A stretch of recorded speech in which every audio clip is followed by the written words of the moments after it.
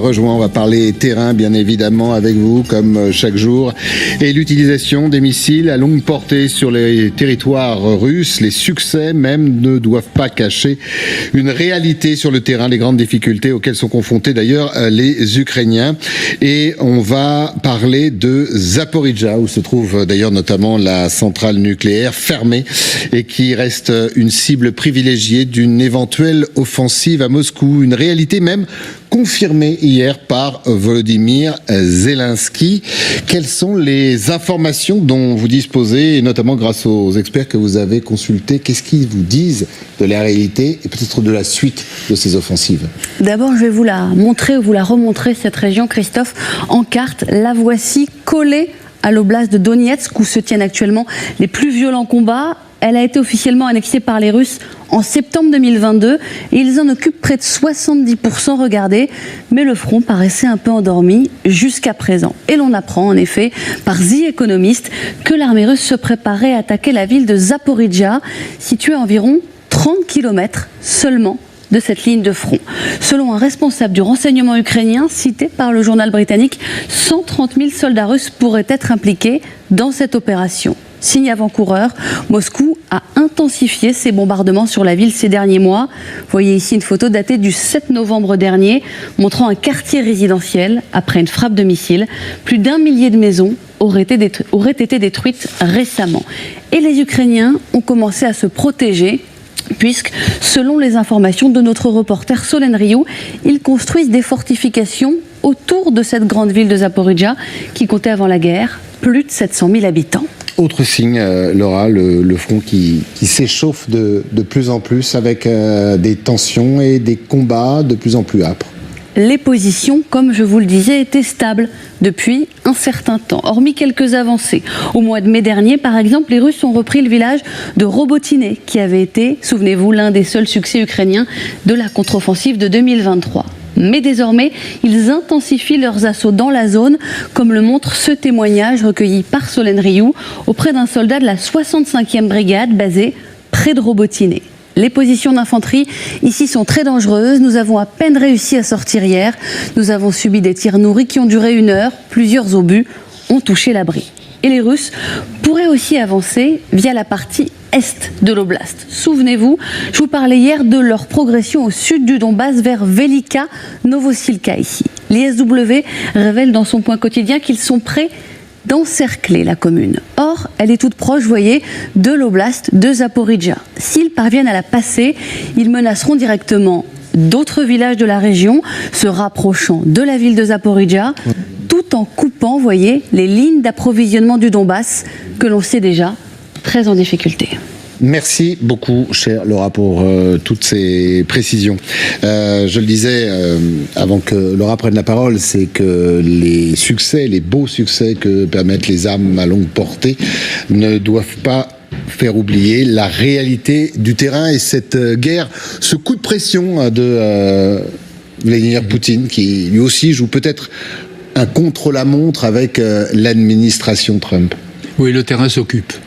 Manifestement. Et ce qu'il y a d'assez extravagant, c'est que c'est sur le terrain même où s'était livrée l'offensive ukrainienne qui a échoué, que les Russes prennent l'initiative et font porter leur effort.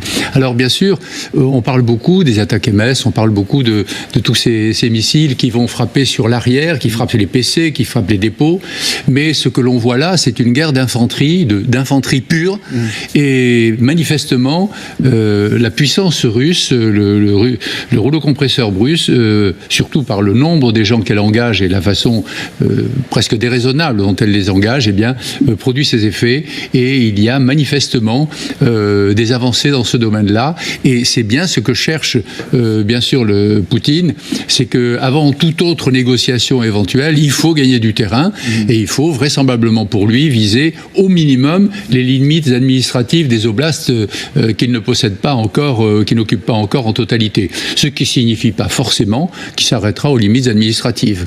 Attention, ça c'est une vue de l'esprit, mais il n'empêche. Oui, vous avez raison, c'est ce qu'il avait vendu au peuple russe, en tout cas, ces territoires, déjà annexés dans la constitution russe, d'ailleurs, il ne faut quand même pas le... Devenu russe le 30 septembre 2022. Mais pour la négociation. Totalement illégalement. Oui, bien évidemment, illégalement. Mais voilà, donc ce sera peut-être la victoire, ou la seule, en tout cas, j'ai tenu mes engagements. Mais cette réalité de combat avec deux armées sensiblement différentes, il y en a une où ce n'est pas grave de consommer 500, 1000, 2000 hommes par jour, et de l'autre côté, une armée qui manque à peu près de tout, d'hommes surtout, et de matériel. Donc il y a une inégalité. L'ISW, l'Institut pour la guerre, qui en général est plutôt conciliante, on va dire comme ça, avec l'Ukraine. Elle s'inquiète, elle dit qu'en une semaine, il y a près de 400 km² qui ont été récupérés par les Russes. Donc il y a une situation sur le terrain. La situation sur le terrain est complexe du fait du manque d'hommes. Il n'y a pas que les munitions qui manquent. Pour le coup, ça manque d'hommes. Et c'est l'avantage que la Russie a, parce que du coup, ce qu'on appelle la chair à canon depuis 2022, ils en recrutent tous les jours. Et s'ils n'arrivent pas à en recruter, ils font venir des Nord-Coréens, des Tchétchènes, je vous en passe, et des meilleurs. Des Pakistanais. Des outils aussi, on a vu l'image. Donc, où ils les achètent. J'ai juste, pardon, je vous laisse terminer, parce qu'on a appris ça aussi ce matin, pour les repris de justice, et notamment les pédophiles, qui normalement étaient exclus de pouvoir sortir de détention et d'être envoyés sur le front. Eh bien, il y a un décret qui a été signé, entériné par Vladimir Poutine, pour qu'eux puissent aller rejoindre le front et se battre en Ukraine. Ils ont cette chance, c'est bien. Aujourd'hui, il y a de tout sur ce terrain, parce que peu importe, les vies ne comptent pas pour Vladimir Poutine, on le voit depuis le départ, ils sont sous-équipés, ils sont dans le froid, qu'importe, il faut qu'ils épuisent l'armée ukrainienne, et surtout il faut qu'ils étendent le plus possible les points chauds ou les positions conflictuelles sur le terrain, parce que les Ukrainiens ne peuvent pas être et au nord et au sud, et à l'est et à l'ouest. C'est techniquement pas possible, ils n'ont pas forcément les moyens. Est-ce que justement Kiev serait contraint, alors là je vais peut-être m'adresser aux militaires parce que je n'ai pas la réponse, est-ce que Kiev serait contraint de se désengager? On sait qu'il leur reste plus que 40% de ce qu'ils avaient conquis du côté de Koursk, de se désengager de Koursk pour pouvoir envoyer des troupes pour essayer de tenir les positions russes sur le front. Il leur reste 400 km² du côté de Koursk, c'est ce que les Russes viennent de reprendre dans les zones du Donbass et des Zaporijie. Alors, à mon avis, ça ne servirait pas à grand-chose. Ensuite, il faudrait vraiment déplacer des forces importantes du nord vers le sud. Ce serait extrêmement compliqué et ce serait perdre un avantage compétitif en négociation, par exemple. Donc, je pense que les Ukrainiens... Donc là, les jours sont comptés, les semaines, les mois, jusqu'à l'arrivée. Jusqu'au 20 janvier, plus un jour, puisque bien sûr ça s'arrêtera en 24 heures. En fait, on revient à l'été dernier, puisque cette offensive sur Zaporijia, avec une centaine de milliers d'hommes, elle était prévue pour les Russes pour se dérouler le plus vite possible au cours de l'été.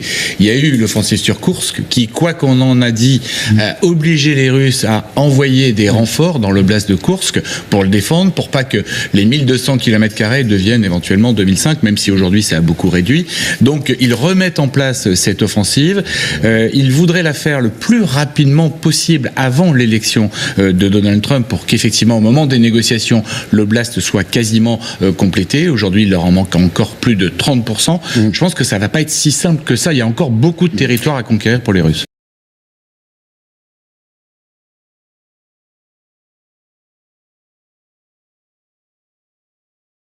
Le nucléaire. L'homme dont nous allons parler s'appelle Joseph Cirincione. C'est un grand spécialiste aux États-Unis. Ceux qui connaissent, vous le connaissez, Daphné ? Je l'ai déjà interviewé plusieurs fois. Vous l'avez déjà interviewé. Et c'est lui, un spécialiste. C'est pas Monsieur Tout-le-Monde qui s'amuse à penser ce que serait un bombardement nucléaire, une frappe nucléaire russe. Il établit, et il l'a fait pour nos confrères de l'Obs, donc ce dont on va parler, voilà, c'était dans les colonnes de l'Obs, avec l'interview de Pascal Richer, que vous connaissez peut-être, enfin qui était, non, je ne sais pas s'il a été à Washington, Pascal Richer. Bref, voici en tout cas les 4 hypothèses de ce que serait une frappe nucléaire russe par cet homme-là, qui connaît donc son affaire. Voici les indispensables avec Aurélie Blonde. Bonsoir Aurélie. Bonsoir David, bonsoir à tous. D'abord, qui est cet homme, Joseph Cirincione? Eh bien, vous l'avez dit David, c'est l'un des grands spécialistes du nucléaire et de la dissuasion, âgé de 73 ans. Il a écrit de nombreux ouvrages sur la prolifération. Il a travaillé une dizaine d'années à la Chambre des représentants et auprès de nombreuses fondations. Alors, avant de parler des 4 scénarios qu'il établit, est-ce que pour lui, le risque est important, tout simplement? Non, le risque est faible, mais il est bien réel. Voilà ce qu'il nous dit. Il n'a jamais été aussi élevé que depuis la crise des missiles de Cuba en 1962, il y a donc 60 ans. Et Joseph Cirincione commence par se demander si Poutine est rationnel. Voit-il la réalité comme vous et moi la voyons? Son discours d'annexion suggère que sa rupture avec la réalité est de niveau trumpesque, nous dit-il. Pour autant, selon lui, c'est la réalité qui prime. Voilà pourquoi il exclut des frappes stratégiques de grande ampleur, susceptibles de détruire Londres, Berlin ou New York, et il en tire 4 scénarios. C'est ça. Donc pour lui, une frappe géante, entre guillemets, c'est exclu. Il fait le pari que concernant ce dossier-là, Poutine garde une certaine rationalité. Il n'exclut pas l'inverse. Mais il dit, sinon, on est dans un autre monde où la dissuasion n'existe plus, et donc, de toute façon, ça ne sert à rien de faire des hypothèses. Donc, dans le cas de figure où Poutine est rationnel en ce qui concerne le nucléaire, quels sont les 4 scénarios d'une frappe russe? Eh bien, le premier d'entre eux, c'est celui qu'il appelle la simple démonstration de force. Poutine déciderait de faire exploser une bombe de faible puissance dans une zone inhabitée, au-dessus de la mer Noire, par exemple, comme un essai grandeur nature. Il n'y aurait pas de morts, pas de dégâts matériels, mais ce serait malgré tout un choc pour le monde entier, parce que ça serait la première fois depuis 40 ans que l'on fait exploser une charge en surface. La dernière, c'était un essai chinois en 1980. Depuis, tous les essais nucléaires sont souterrains. Dans ce cas, la réponse des Occidentaux serait immédiate. Elle passerait par un isolement complet de la Russie et éventuellement une riposte conventionnelle contre une ou plusieurs cibles. C'est le scénario du moindre impact et il est donc peu probable. Le deuxième scénario, c'est celui de l'utilisation d'une arme nucléaire tactique pour réduire des cibles militaires précises sur le champ de bataille, comme une base aérienne ou un port militaire. Notre expert précise qu'un missile de croisière Iskander pourrait porter une telle charge. Et le missile que vous voyez sur cette image, selon Cirincione, des têtes nucléaires de 10 kilotonnes peuvent être installées sur ces missiles et faire donc de très gros dégâts.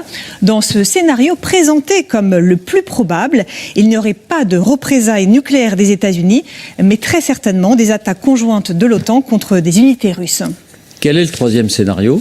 Eh bien, c'est le scénario catastrophe, l'un des moins probables, l'utilisation d'une arme nucléaire massive, une bombe de 50 kilotonnes, 3 ou 4 fois Hiroshima.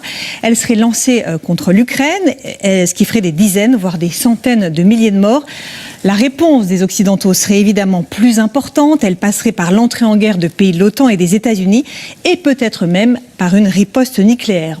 Enfin, dernier scénario, le quatrième, celui où Poutine n'attaquerait pas l'Ukraine, mais un autre pays, une cible de l'OTAN, probablement en Europe centrale, par exemple une base aérienne polonaise d'où partent des avions de transport vers l'Ukraine. Ce missile nucléaire de faible puissance ferait lui aussi des dizaines, voire des milliers de morts et de nombreux dégâts.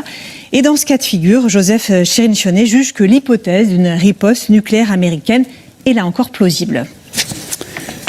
Ces attaques sont-elles réellement envisagées ou bien sont-elles de pure fiction? C'est-à-dire, lui, quand il parle, il a des informations selon lesquelles on travaille sur ces scénarios, quelque part, alors sans doute on pensait particulièrement au Pentagone, ou bien ça sort purement de son esprit? Non, ce ne sont pas des fictions, elles sont clairement envisagées par les États-Unis. L'expert précise que la Maison-Blanche s'y prépare depuis des années et que des wargames, des fausses attaques nucléaires sont organisées régulièrement. Toutes ces simulations permettent d'élaborer la liste des options possibles, mais il ajoute qu'il est évidemment très difficile de savoir lesquelles seraient retenues si l'un de ces scénarios se déroulait réellement. Merci Aurélie. Donc voilà, le scénario quand même exclu, c'est celui qui touchera un pays de l'OTAN. Parce que quand on dit un pays d'Europe centrale, si on pense à la Pologne, si on pense aux pays baltes, bon, c'est plus l'Europe centrale, c'est l'Europe du Nord, mais c'est des pays de l'OTAN.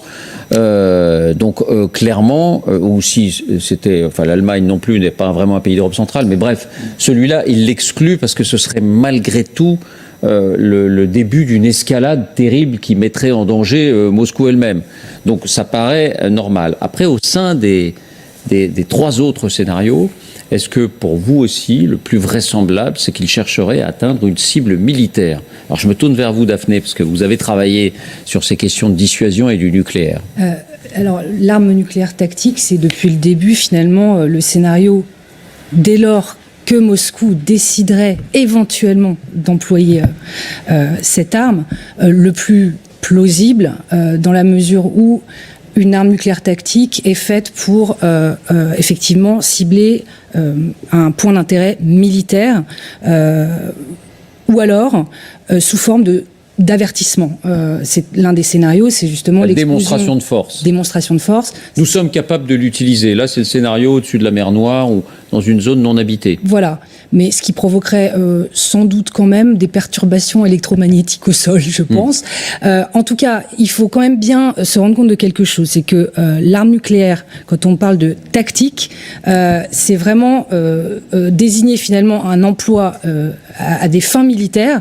Mais attention, au vu de la puissance des bombes nucléaires développées depuis les années 40, Hiroshima, on peut considérer que c'était une bombe nucléaire tactique. C'est-à-dire 15 kilotonnes, c'est du domaine du possible aujourd'hui d'utiliser 15 kilotonnes sur un théâtre et appeler ça une arme nucléaire tactique. Parce que rappelez-nous, Hiroshima ou Nagasaki, c'était... C'était 15. C'était 15 aussi. 14 kilotonnes, c'est ça. Une question, Daphné, parce que en travaillant sur ces sujets, on se rend compte que personne ne peut attester avec certitude que ces armes nucléaires tactiques de champ de bataille existent dans l'arsenal russe. C'est pris comme une évidence parce que il n'a jamais été démontré qu'elles n'existaient pas, mais il n'y a jamais eu d'essai répertorié, documenté de ces armes-là, alors qu'il y en a eu aux États-Unis dans les années 70 avant qu'ils abandonnent cette arme. Est-ce que vous pensez vraiment qu'elle figure dans l'arsenal russe? Moi, je pense, et d'ailleurs, ce n'est pas le seul pays à dire en disposer. Hein. Il y a toute une série de pays, dont les États-Unis, qui affirment avoir des armes tactiques. Ce qui est plus difficile dans leur recensement, finalement, c'est que ce sont des armes qui sortent des traités de maîtrise des armements. Les traités de maîtrise des armements ne concernent que les armes dites nucléaires stratégiques, c'est-à-dire avec une portée intercontinentale supérieure à 5500 km, je crois. C'est ça, susceptible de traverser un océan. Absolument. Donc c'est vrai qu'il y a un peu un flou artistique là-dessus en termes de recensement. Mais il me semble que la Russie est censée disposer de 200 de ces armes nucléaires tactiques. Absolument. 200 têtes. Le chiffre qui est retenu. Oui. Est-ce que pour vous, donc prenons pour acquis que la Russie en dispose, c'est le scénario le plus vraisemblable si Poutine franchissait ce pas complètement fou d'utiliser l'arme atomique? Alors, le premier point, que toutes les options soient étudiées, me paraît quelque chose de sain et de normal.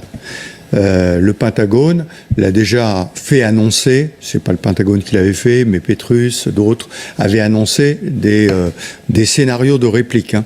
Donc ça veut dire que tout ceci est étudié, ça me paraît normal. Dans la stratégie russe, l'utilisation de l'arme tactique, on l'oublie un petit peu, c'est ce qu'on appelait l'escalade pour provoquer la désescalade. Oui. C'est-à-dire, on utilise l'arme tactique, c'est une escalade, pour dire, bon, maintenant on s'arrête. Bon, ça a été un peu oublié maintenant, et on parle plus tellement de ça, mais c'était ça. Et simplement, quand on voit, je crois que c'est le scénario 2, frappe sur un objectif militaire, encore faudrait-il, comme on le soulignait tout à l'heure, une bombe d'Hiroshima, qui est un objectif militaire qui soit l'objet d'une attaque de cette ampleur. C'est-à-dire identifier une cible. Comment ? Identifier une cible. Bien sûr, il faut identifier une cible. Or, aujourd'hui, en Ukraine et dans l'armée ukrainienne, je ne vois pas de cible qui pourrait justifier une attaque nucléaire. Il n'y a pas un endroit où sont rassemblés tous les chars ou... Bien sûr que non. Tous les missiles solaires. Donc je pense que l'effet, et vous connaissez mon point de vue là-dessus, c'est simplement de dire qu'on passe au nucléaire, quelle que soit la cible, machin. La démonstration de force. Et là, on passe au nucléaire, je pense qu'on rentre dans un autre monde. Alors, je ne parle même pas du stratégique, bien sûr, mais je me souviens de ce qui avait été présenté par les Américains comme la possibilité de réponse à une frappe tactique nucléaire, c'était la flotte de la mer Noire, l'armée russe aux abords de l'Ukraine, on rase tout ça. Au passage... Avec des armes conventionnelles, mais on rase l'armée russe.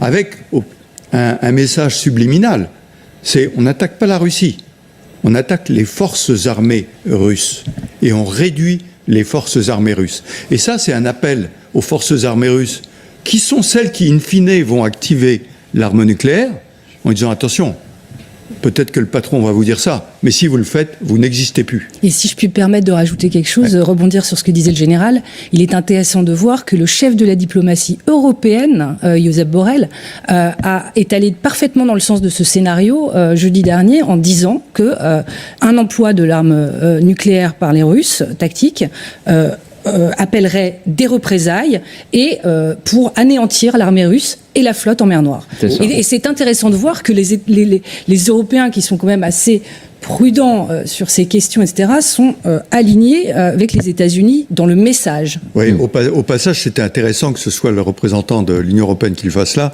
qui n'a aucun pouvoir et aucun droit pour le faire. Et il parlait même au nom de l'OTAN, si j'ai bien compris, il disait l'OTAN... Vincent, les 4 scénarios de, je ne veux plus me risquer à prononcer son mot, Cyrincionet, Joseph Cyrincionet. Écoutez, parmi les 4 scénarios qui ont été exposés, je choisis le 5e. C'est-à-dire que on ne peut pas corseter le réel dans des hypothèses aussi compartimentées que cela. Il y aura vraisemblablement quelque chose d'hybride entre le 1 et le 2, par exemple, entre le 2 et le 3. Même si, encore une fois, sa compétence lui permet d'offrir 4 hypothèses de travail extrêmement argumentées. Par ailleurs, le principe de la dissuasion nucléaire, c'est celui du poker menteur.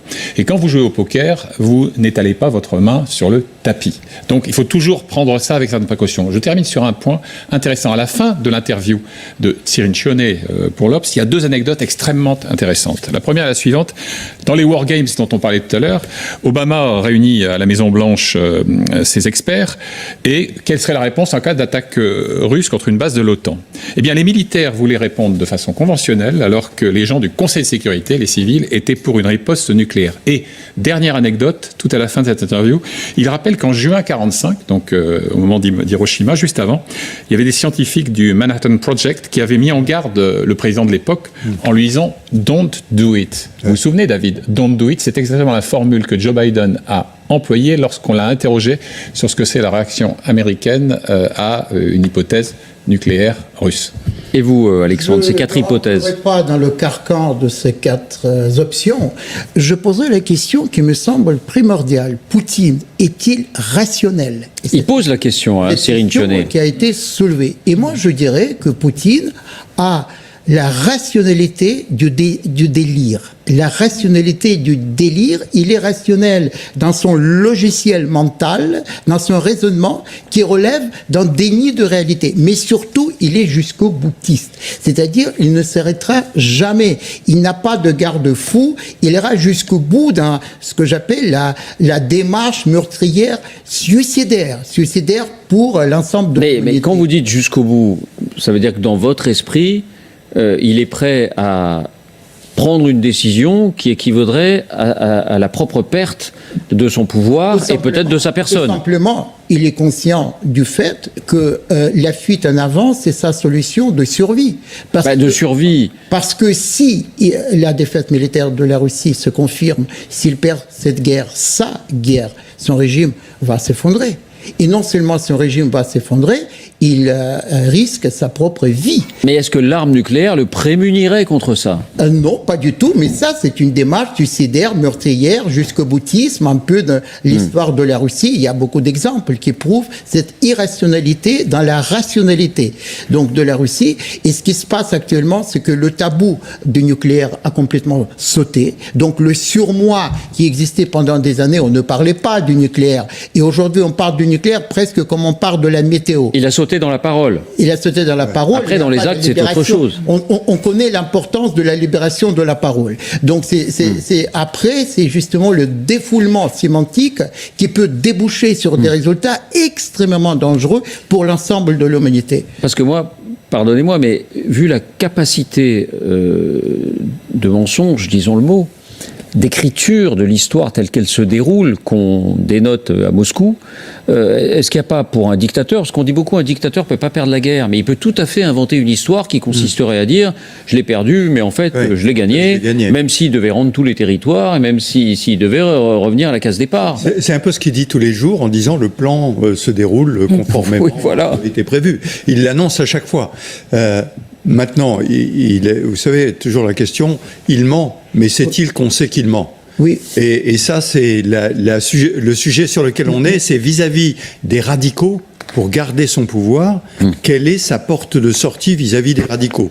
Je ne crois pas à l'utilisation de l'arme nucléaire, mais je crois à une sortie pour essayer de faire exactement ce que vous avez dit. Oui. C'est-à-dire, en fait, vous avez compris, c'est pas ça que je voulais faire. Moi, je veux une guerre sur le long terme contre l'Occident, qui est mon ennemi majeur, et je vais avoir des tas de points de friction asymétrique. Moi, il y a une chose qui me semble intéressante dans l'interview de Cyril Chionnet par Pascal Richet, c'est qu'il dit, pour Poutine, il y a peut-être une croyance qui est que la seule utilisation d'une bombe atomique, qu'elle soit de taille relativement restreinte et qu'elle soit dans une zone inhabitée comme la mer Noire, suffirait peut-être, dans l'esprit de Poutine, à provoquer tellement de peur, tellement de sidération pour les opinions, et notamment les opinions occidentales, que ça pourrait les pousser à dire on arrête tout parce qu'il est capable du coup d'en lancer une 100 fois plus grosse et de la lancer à travers les océans. Est-ce que ça... Dans son analyse de l'Occident et de ses faiblesses, il s'est toujours trompé jusqu'à maintenant. La question qui se pose pour moi, c'est l'implacable cohérence des démons. Pour avoir beaucoup travaillé sur la trajectoire de despotes d'hier. Vous en avez fait un livre. Il y a quelque chose qui s'appelle l'instinct de survie. Alors la question est de savoir s'il reste une sorte d'ultime immunité rationnelle à l'instant T, à l'instant de la décision, ou si on cède à ce qu'on pourrait appeler le syndrome du pharaon ou du roi aztèque qui se fait enterrer avec ses femmes, ses esclaves et ses bijoux. Ce n'est pas après moi le chaos dans ce cas-là, c'est après moi le néant. Hitler a fait à peu près la même chose, a fait le même choix. Je garde la possibilité, je dis bien la possibilité parce que je n'en sais rien, je garde la possibilité qu'il puisse y avoir au dernier moment, au moment fatal de la décision sans retour, quelque chose qui s'appelle l'instinct de survie. Daphné ? Non, je dirais qu'il y a deux choses. Tout d'abord, un tel emploi signifierait la fin d'un tabou qui est quand même respecté depuis 1945. On changerait vraiment de monde, comme vous l'avez dit, Général. On basculerait dans quelque chose de complètement différent qui remettrait en cause même jusqu'aux doctrines de dissuasion qui sont aujourd'hui en place dans les pays dotés. Et juste peut-être pour être un peu plus optimiste, il faut quand même se souvenir que les services de renseignement occidentaux et au premier chef, les Américains, n'ont pas, jusqu'à présent, détecté le moindre signe, mouvement d'ogives nucléaires, car ils savent où sont stockées ces ogives en Russie. Donc, pour l'instant, les États-Unis, officiellement, n'ont pas changé de posture vis-à-vis d'une quelconque menace nucléaire russe. Vous avez raison de le rappeler, on dit même qu'il y a une échelle de 2 à 4 d'alerte de ces armes russes nucléaires et qu'on est toujours au niveau 2, que ça n'a pas changé depuis le 24 février. Rappelons-nous quand même ça, et donc effectivement il y a un emballement peut-être par moment de la rhétorique, mais je pense qu'il ne faut pas forcément tomber dans ce travers-là et garder la tête froide. Merci de le rappeler. Et rappeler simplement que l'exemple qui est toujours cité, c'est Cuba en 1962, et que ça s'est bien terminé. Oui. Il faudrait le rappeler. Et d'un mot, pendant ce temps, que se passe-t-il en Belgique ? L'OTAN a démarré ses manœuvres. Alors on en parlait la semaine dernière, c'est des manœuvres qui étaient prévues, avant. La date était prévue.